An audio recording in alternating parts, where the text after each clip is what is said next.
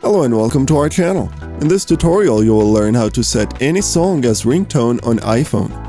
It's always been tricky making your own ringtones from songs. In this tutorial we'll show you one interesting approach that will involve your iPhone only.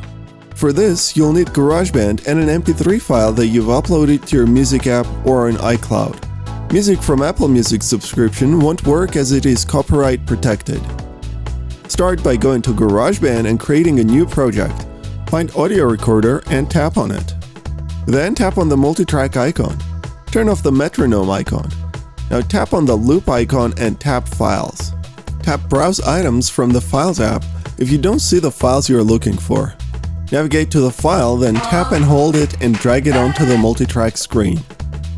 From here on, use multi-touch and single-touch gestures to navigate to the end of the song.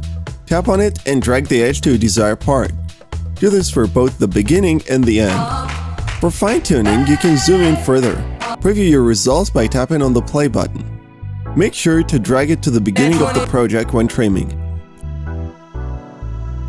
When done, tap on the down icon and tap on My Songs. Now tap and hold on the project, then choose Share. Tap Ringtone, give it a name and tap Export. If asked, tap Continue.